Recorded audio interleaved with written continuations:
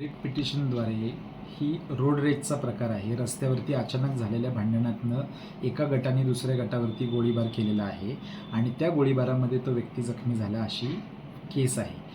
पुणे पोलिसांकडनं सुद्धा पहिल्या दिवशी जी काय बातमी देण्यात आलेली होती त्यांचं म्हणणं असंच होतं की याच्यामध्ये कुठल्याही गँग रायव्हलरीचा संबंध येत नाही. ही रस्त्यावरती अचानक झालेली भांडणांचा प्रकार आहे आणि त्याच्यामुळे ह्याच्यामध्ये कुठल्या गँगचं नाव नाही.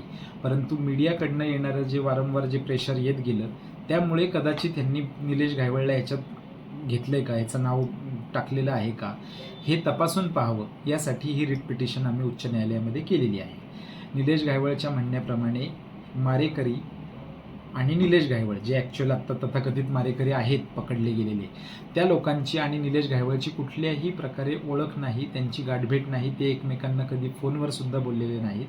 असं असताना त्याचं नाव या प्रकरणात गोवणं ही गोष्ट त्यांनी कोर्टामध्ये, मेहरबान कोर्टामध्ये चॅलेंज केलेली आहे.